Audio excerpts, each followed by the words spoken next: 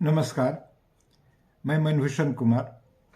आप सबको मैं अपने YouTube चैनल पर स्वागत करता हूं। आज मैं न्यायपालिका के द्वारा एक लैंडमार्क जजमेंट की चर्चा करना चाहूँगा, जो भारत के इतिहास में,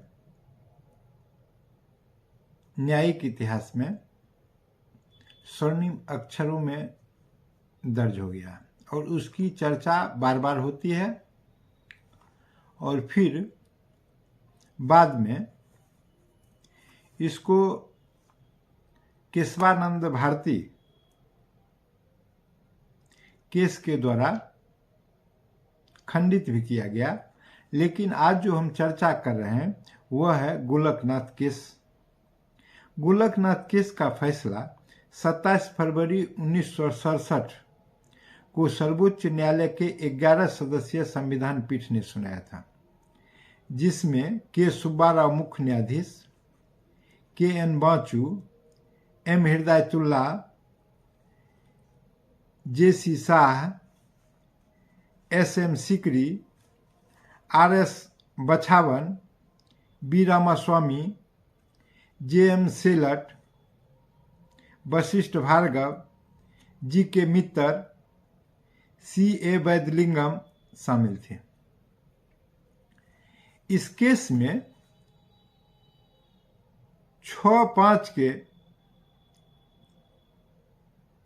आधार पर निर्णय दिया गया, अर्थात 6 जज एक तरफ और 5 जज एक तरफ। बहुमत से यह फैसला था।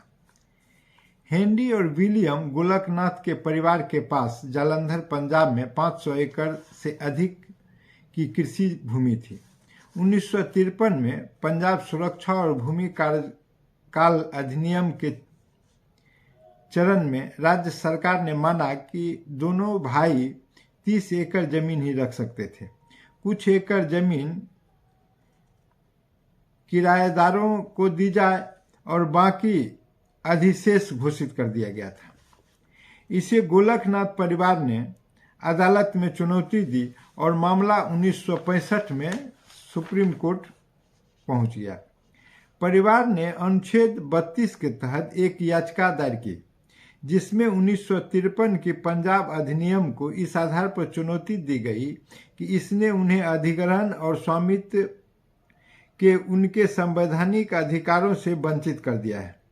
संपत्ति और कोई भी पेशा अपनाना अनुच्छेद 19(1)(f) और अनुच्छेद 19(1)(g) और कानून के समक्ष समानता का और संरक्षण अनुच्छेद 14 है। उन्होंने 17वें संशोधन, जिसने पंजाब अधिनियम को 9वीं सूची में रखा था, को अल्ट्रा वायरस घोषित करने की मांग न्यायाधीश से किया। गोलकनाथ केस 1967 का सर्वोच्च न्यायालय का निर्णय है, जो भारत के संवैधानिक कानून में एक महत्वपूर्ण मामला था, जिसमें न्यायालय ने फैसला सुनाया कि संसद संविधान के किसी भी मौलिक अधिकार को कम नहीं कर सकता है। भारतीय संविधान में संशोधन करने की संसद की शक्ति और संविधान के भाग 3 के द्वारा संरक्षित मौलिक अधिकार से संबंधित संवैधानिक प्रावधानों को समझने के लिए गोलकनाथ केस का अध्ययन बहुत ही आवश्यक है। गोलकनाथ केस निर्णय भारत या संघीय संविधान में न्यायिक समीक्षा सिद्धांत की स्थापना और न्यायपालिका के विश्लेषण किया है। भारतीय संविधान 24वें और 25वें संशोधन को गोलकनाथ मामले के परिणाम स्वरूप अपनाया गया था, लेकिन बाद में केशवा भारती मामले में भारत के सर्वोच्च न्यायालय ने इसे पलट दिया। गोलकनाथ केस में 1967 में भारत के सर्वोच्च न्यायालय ने एक ऐतिहासिक निर्णय पारित किया। यहाँ सबसे महत्वपूर्ण सवाल यह था कि क्या भारतीय संविधान के मौलिक अधिकारों के भाग 3 में संसद द्वारा संशोधन किया जा सकता है या नहीं। दूसरा, याचिकाकर्ता ने तर्क दिया कि संसद के पास भारतीय संविधान के मौलिक अधिकारों में संशोधन करने का अधिकार नहीं है। तीसरा, कोर्ट के मुताबिक भारत की संसद मौलिक अधिकारों में बदलाव नहीं कर सकती। 1973 के केशवानंद भारती बनाम संघ के मामले में इस फैसले को पलट कर रख दिया है।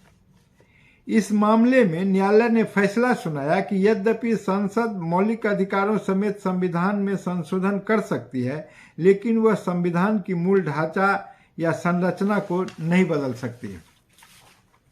1967 से गोलकनाथ बना पंजाब राज्य भारतीय संवैधानिक कानून के विकास में सबसे महत्वपूर्ण मामलों में से एक है। यह मामला इस बात पर केंद्रित था कि क्या भारतीय संसद को भारतीय संविधान को किसी भी उचित तरीके से बदलने का अधिकार है या नहीं।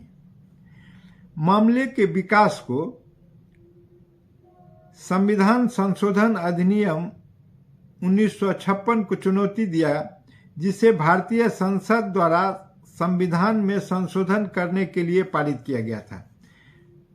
सर्वोच्च न्यायालय के अनुसार संविधान की व्याख्या एक जीवित दस्तावेज के रूप में की जानी चाहिए, जिसे केवल संविधान की मूल संरचना के अनुसार बदला जा सकता है और भारतीय संसद द्वारा किसी भी तरह से इसमें बदलाव नहीं किया जा सकता है। यह मौलिक ढांचा में लोकतंत्र, कानून का शासन, राष्ट्रीय एकता, अखंडता और नागरिक अधिकार शामिल है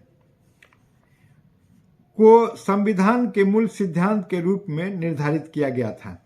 संविधान में संशोधन करने की उपयुक्त भारतीय संसद की शक्ति के संबंध में इस मामले में सर्वोच्च न्यायालय के फैसले को भारतीय संवैधानिक कानून पर महत्वपूर्ण प्रभाव डालने वाले के रूप में उद्धृत किया जाता है। इसने भारतीय संसद को संविधान में मनमाने ढंग से बदलाव करने से रोक दिया और इसे भारतीय संविधान के लिए एक महत्वपूर्ण जीत के रूप में भी देखा गया।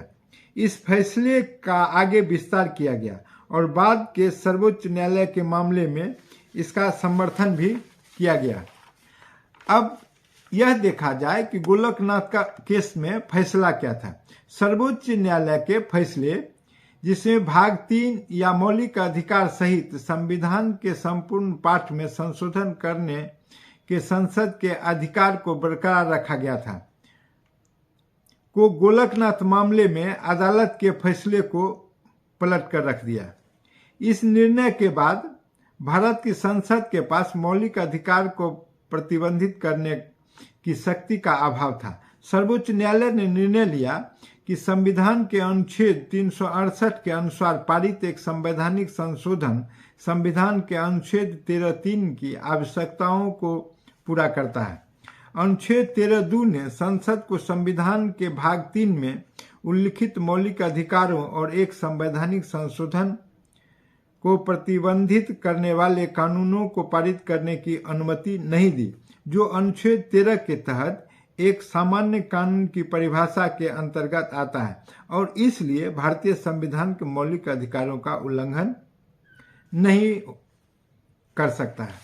इस प्रकार से गोलकनाथ केस में यह निर्णय दिया गया कि भारत के संविधान में जो स्थापित मौलिक अधिकार हैं, जो भारत के संविधान के भाग 3 में वर्णित हैं, उसको किसी भी प्रकार से टच नहीं किया जा सकता है। और यह जो जजमेंट आया, इसका बहुत दूरगामी प्रभाव पड़ा। दूरगामी प्रभाव यह पड़ा कि यह जजमेंट जो था 11 जज में 6 जज एक तरफ और 5 जज एक तरफ थे। 6-5 के निर्णय से यह निर्धारित किया गया, एक जज के बहुमत से। इस प्रकार से न्यायपालिका में एक नया व्यवस्था, चूंकि यह उस समय का सबसे बड़ा न्यायिक फैसला था। जजेज के संबंध में 11 जज का उससे पहले कभी पीठ नहीं बना था और यह एक इस प्रकार से माना गया कि लैंडमार्क जजमेंट है। लेकिन बाद में केस में जब 13 जजेज का बेंच इसके लिए बना, तो फिर उसमें जब फैसला आया तो इसके तमाम वादे को पलट कर रख दिया गया, तमाम निर्णय को पलट कर रख दिया गया और इस प्रकार से गोलकनाथ केस जो है वह अपेक्षाकृत जो